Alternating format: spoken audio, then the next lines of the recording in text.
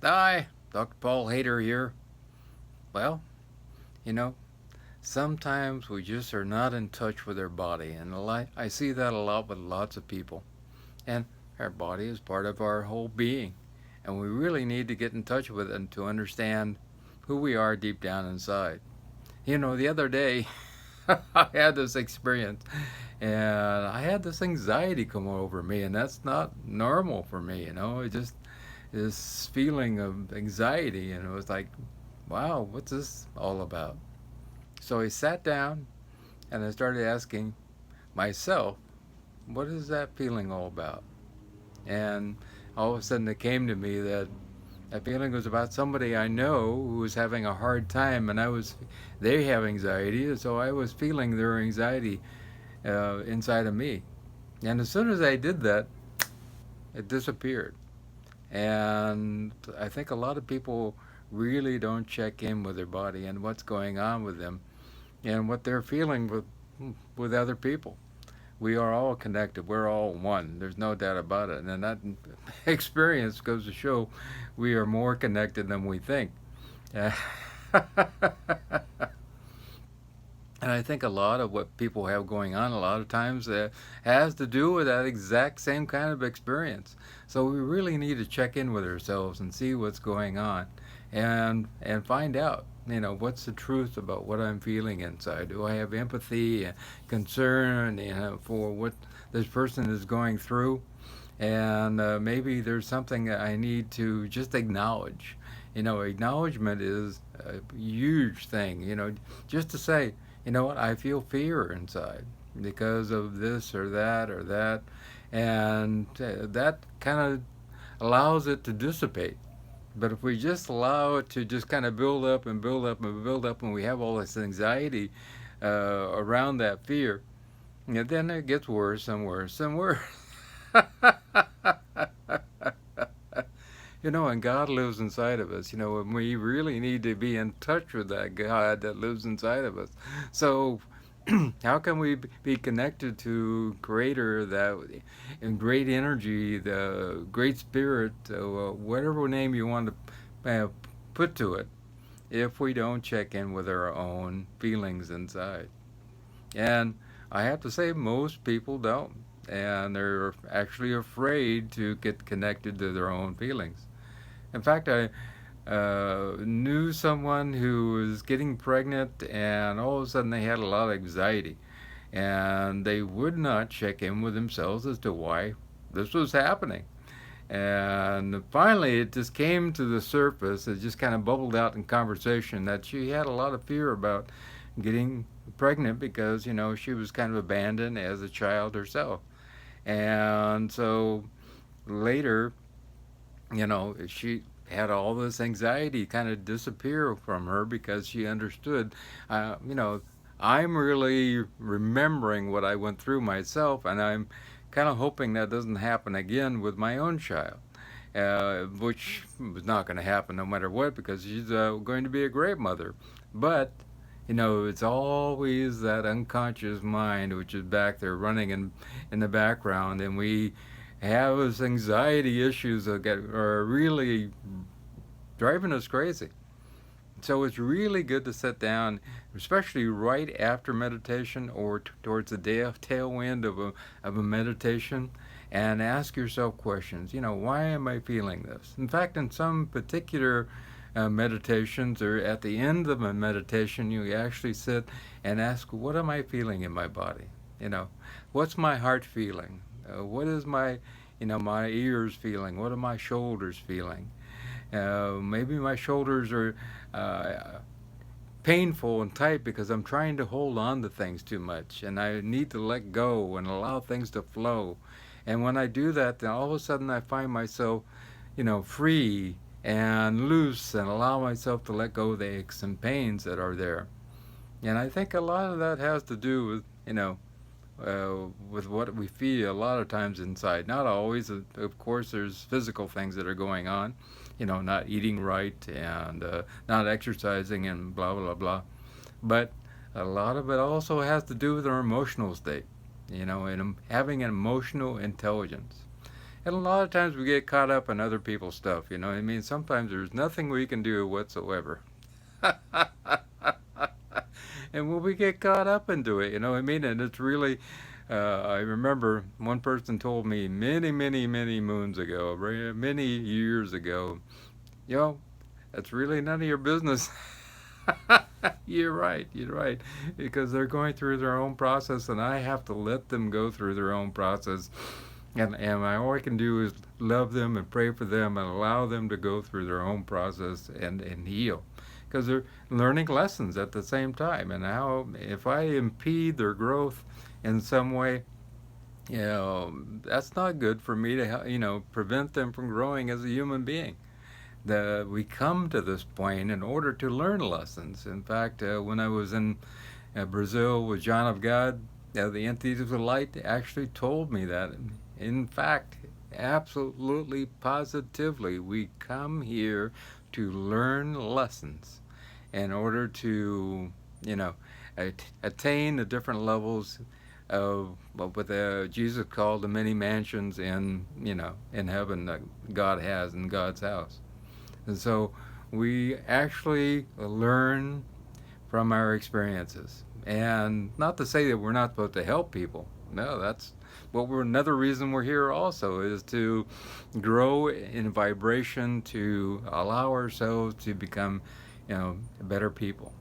And what I see right now is a lot of people really don't care about other people, and a lot of people, you know, could care less, and that really doesn't help them as growing as entities, vibratory entities of light, and it doesn't help, you know, anybody in society.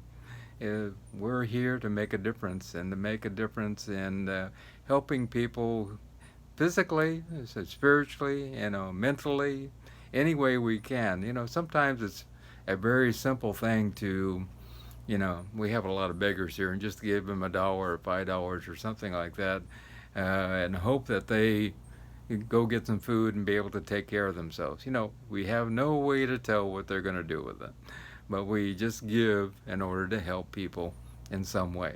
Sometimes it's just to listen. You know, listening is one of the greatest things that anybody could do. Yeah, and sometimes people start talking to me, and I ask, what is the best way to help this person? And a lot of times, the still small voice comes to me and says, "Just listen, Paul. Just listen." And when we listen, you know, a lot of stuff is lifted off our shoulders or the other person.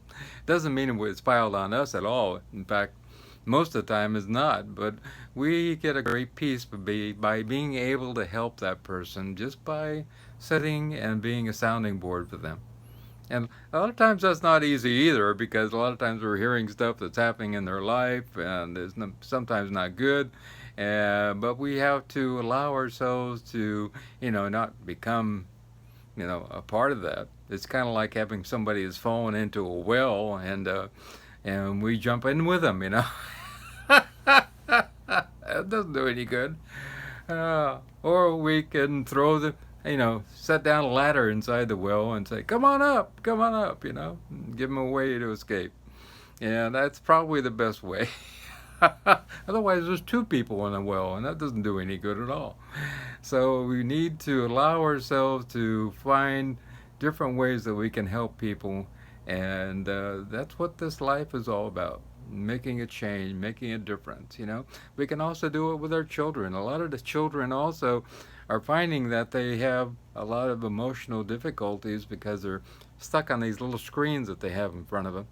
And they have new research has been done that shows that more than 2 hours of being on a screen like that, or watching TV, or being in front of a computer, actually causes emotional turmoil in a child and causes emotional problems.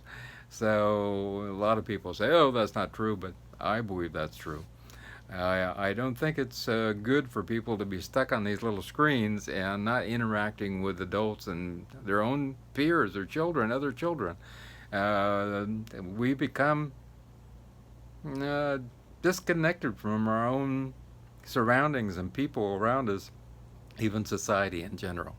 And that causes emotional problems because we become stunted in our emotional learning, especially for little kids, because they're soaking up everything around them. If they're just soaking up this little screen, boy, they're really not going to get the emotional uh, upbringing that they need in order to become, that well-rounded person that they need to be.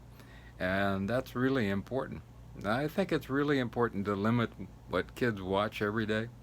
Because everything that we see, everything that we do, everything that we interact with, you know, makes the difference in who we are. And actually, we soak up all this stuff, especially as children, especially from the time they're born to about 5 or 6 years old.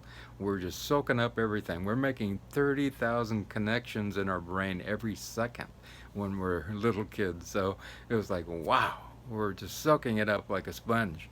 So it's really important to, control what the little kids are connected to, and getting them away from violent TV and getting them away from, violent games and getting them away from all this different stuff.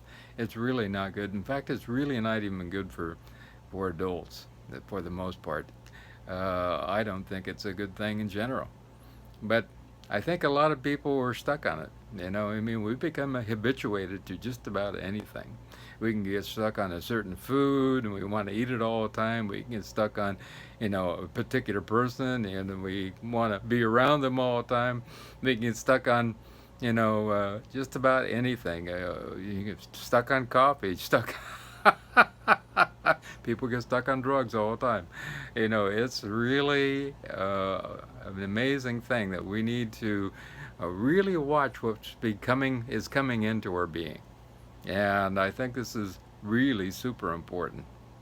A lot of people don't filter that, and they wonder why they have anxiety. Also, if you're watching a murder mystery and thrillers all the time, and in fact, I know somebody that had this happen. They were watching all these murder mysteries, thrillers, and the TV detective shows, and they became super full of anxiety. And I told this person, you got to quit that. This is not good for you. And she became very fearful of everything around her. And actually, she took my advice and stopped watching that stuff. And all of a sudden, the anxiety level went down, and her fearfulness of everything disappeared also. Uh, we should watch uplifting, loving, caring things, which make a difference in our life from the inside out. And then we take that loving, caring feeling and we carry it over and spread that love to other people. And if we're watching something which is full of anxiety and full of stuff that's just not good for us, we actually start spreading that to other people. And I think it's really not a good thing to proliferate something which is not good for us in general. So we have to allow ourselves to spread the love, to spread the peace, spread the contentment, and can spread the bliss, and allow ourselves to, filter everything that comes in our way. You know, even sometimes we have to filter what's going on in our household. Sometimes we have an angry person there. We may have to allow ourselves to leave. Sometimes we have to, we find somebody that's really boisterous and loud and angry all the time. Sometimes we have to, say, what, we don't talk about this way in our house. And we have visitors, of course, and they're yelling and screaming. Of course, they're in our, if they're in our household, we have to say, wait a minute, we don't scream and yell in our house. And for some people, that's very difficult for them to do. But I think it's really important because, we have to also remember that when we come into somebody's house, whether it be God's house or whether it be our own house, there's a certain set of rules that we have to follow, and they're all good for us. And because those rules are set up to make us peaceful.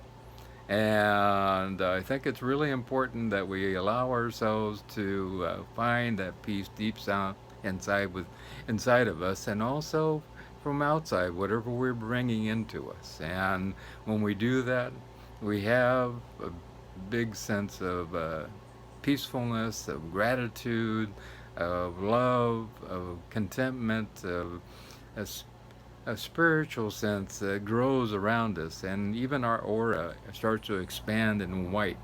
And we see this, and especially at night, especially before you go to bed, watch something. If you're going to watch something uplifting and peaceful and spiritual.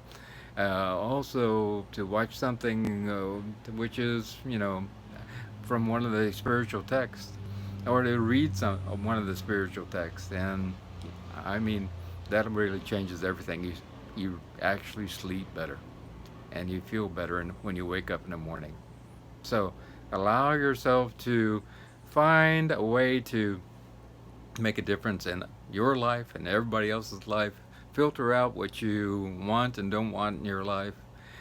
Be body aware. Allow yourself to go inside and check in. What am I feeling and why am I feeling that? And wait for the still small voice to connect with you. And allow yourself to, you know, connect with your children and watch what they're watching, and actually and make sure that you know, set the parameters for what they actually taking in. This is very important. And remember, I'm always here for you, and all my consults are free, whether it be spiritual or herbal. And all my contact information is down below.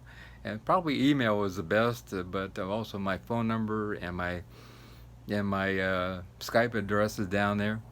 So feel free to contact me anytime. And remember, I'm always here for you, and I love you.